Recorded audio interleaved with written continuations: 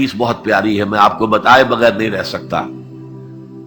حضور اپنے حجرے سے برآمد ہوئے تو آپ نے دیکھا مسجد نبوی کے کونے میں صحابہ بیٹھے ہیں، قرآن کا مذاکرہ کر رہے ہیں۔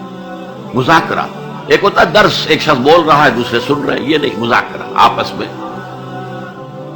حضور کے چہرے پر بشاشت کے آثار ظاہر ہوئے۔ آپ چل کر آئے، آپ نے ایک سوال کیا عجیب کہ آپ لوگ اس کی گواہی نہیں دیتے کہ اللہ کے سوا کوئی معبود نہیں اور میں اللہ کا رسول ہوں اور یہ قرآن اللہ کے پاس سے آیا ہے؟ جواب کیا تھا؟ بلا یا رسول اللہ، بلا یا رسول اللہ، بلا یا رسول اللہ۔ اللہ کے رسول کیوں نہیں، ہم گواہی دیتے ہیں۔ اب فرمایا جس کے لیے میں نے یہ حدیث سنائی، فاستبشروا، خوشیاں مناؤ، جیسے ہم نے دوسرا جو تھا سورہ یونس کی آیات، فبذالک فلیفرحوا، خوشیاں مناؤ، جشن مناؤ اس قرآن پر۔ فاستبشروا، تو بشارتیں حاصل کرو، فإن هذا القرآن طرفه بأيديكم وطرفه بيد اللہ، اس قرآن کا ایک سرا تمہارے ہاتھ میں، ایک سرا اللہ کے ہاتھ میں۔ سب سے بڑا ذکر جسے قرآن از ذکر کہتا، انا نحن نزلنا الذکر وانا له لحافظون، دی ذکر وہ قرآن ہے، هو الذکر الحکیم وهو الصراط المستقیم۔ اور تم نماز کی ہر رکعت میں کہتے ہو اہدنا الصراط المستقیم، وہ صراط مستقیم تو اللہ نے تمہیں دے دیا ہے، یہ قرآن ہی تو ہے صراط المستقیم۔ یہ وہ شے ہے کہ جس کے ہوتے ہوئے خواہش نفس آپ کو کج نہیں ہونے دے گی، زیغ نہیں آئے گا اس کے ساتھ، اس کے ہوتے ہوئے کبھی کجی نہیں آئے گی تمہارے اندر، زبانیں التباس نہیں پیدا کر سکے گی۔ قرآن جو ہے اپنی حفاظت خود کرتا، اس پر باطل حملہ آور ہو ہی نہیں سکتا، نہ سامنے سے نہ پیچھے سے۔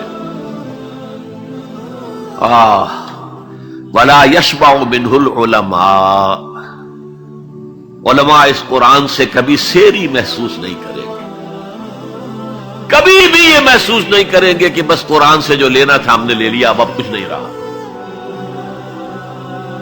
پڑھتے رہیں گے، پڑھتے رہیں گے، پڑھتے رہیں گے، معلوم ہوگا ہر مرتبہ کوئی نئی چیز آ رہی ہے۔ بار بار کے پڑھنے سے اس پر کوئی باسی پن طاری نہیں ہوگا۔ کوئی اور کتاب دنیا میں ایسی نہیں ہے، ایک دفعہ پڑھ لی، دو دفعہ پڑھ لی، پھر تیسری دفعہ ہاتھ لگانے کو جی نہیں چاہتا، پڑھنے کو جی نہیں چاہتا، سوال ہی پیدا نہیں۔ یہ وہ ہے، پڑھتے رہو گے، پڑھتے رہو گے، اس پر کوئی باسی پن طاری نہیں ہوگا۔ وَلَا تَنْقَضِي عَجَائِبُهُ، اس کے عجائب کبھی ختم نہیں ہوں گے۔ یہ وہ کتاب ہے جسے جیسے ہی جنوں نے سنا فوراً کہا ہم نے آج ایک بہت عمدہ کلام سنا ہے، کتاب سنی ہے، تو ہم تو ایمان لے آئے، ایک دفعہ سنا ہے اور وہ داعی بن کر چلے گئے۔ یا قومنا اجیبوا داعی اللہ، اے ہماری قوم کے لوگوں، اس اللہ کی طرف پکارنے والے کی آواز پر لبیک کہو۔ اب چار جملے جو آئے ہیں وہ اس حدیث کے اندر جو اہم ترین چیز ہے وہ ہے من قال بہ صدق، جس نے کوئی بات اس قرآن کی بنیاد پر کہی اس نے سچ کہا۔ ومن عمل بہ اجر، جس نے اس پر عمل کیا اس کا اجر محفوظ۔ ومن حکم بہ عدل، اور جس نے اس کی بنیاد پر کوئی فیصلہ کیا اس نے عدل کیا۔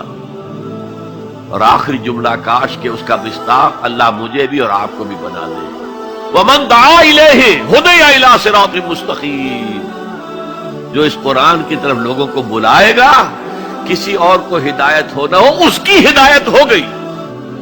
حضرت جبرائیل نے حضور سے کہا یا محمد صلی اللہ علیہ وسلم امتک بعدک، آپ کے بعد آپ کی امت کا کیا حال ہوگا، کون سہارا ہوگا؟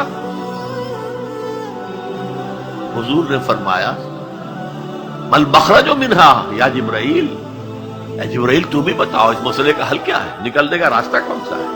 تب حضرت جبرائیل نے یہ ساری حدیث پڑھی، گویا کہ اس کے راوی اول حضرت جبرائیل ہے،